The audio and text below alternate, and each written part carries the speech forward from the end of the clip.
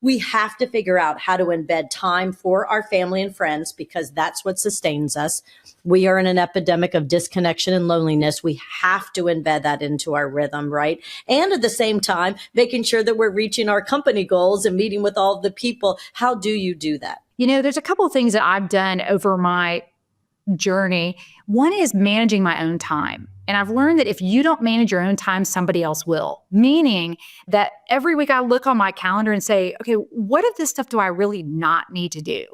Because I'm the worst one. I like to help everyone. I want to, be there for everyone. But then I'm like, what about me? Why am I not taking care of myself first?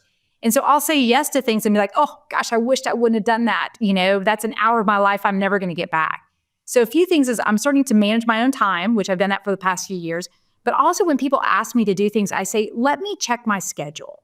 Because I would immediately say yes and then regret it later. And I had to change my own mindset that my no is an opportunity for someone else.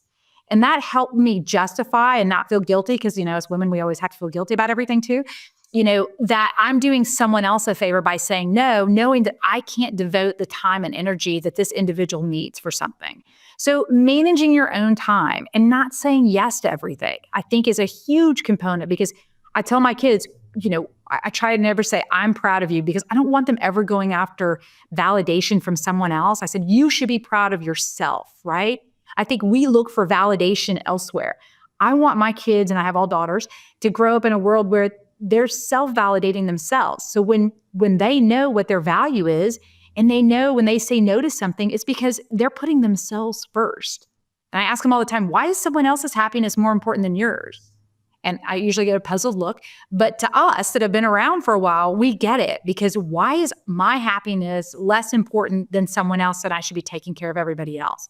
So again, it's not an easy task. I mean, I haven't conquered all of those things. I don't want to act like I have, but I sure try to make sure that, as I'm looking at my time and where I'm going to spend my attention, I want things that it's like it's an investment in me and what I'm trying to achieve.